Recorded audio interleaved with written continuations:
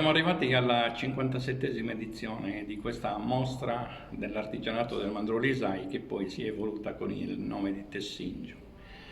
L'evento ebbe origine alla fine degli anni 60, quando un sindaco lungimirante cercò, attraverso questo tipo di esposizione, di sostenere quello che era per noi il settore più nevralgico, l'artigianato.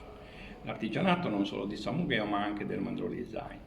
La mostra si è evoluta in più step e è andata avanti, progredendo nel tempo, seppure con una condizione artistica in crescendo, che è stata consolidata poi dalla rappresentazione che avviene quest'anno nel Museo Muraz, il Museo dell'Arte Tessile Sarda. La cura artistica è stata perfetta.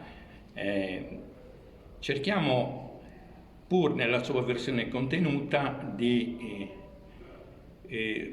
rilevare quello che è stato l'essenziale di questa mostra, ovvero una selezione accurata di quelli che sono i prodotti, che da pura esposizione di artigianato si è trasformata in una esposizione di opere i cui autori sono quelli di più alto livello.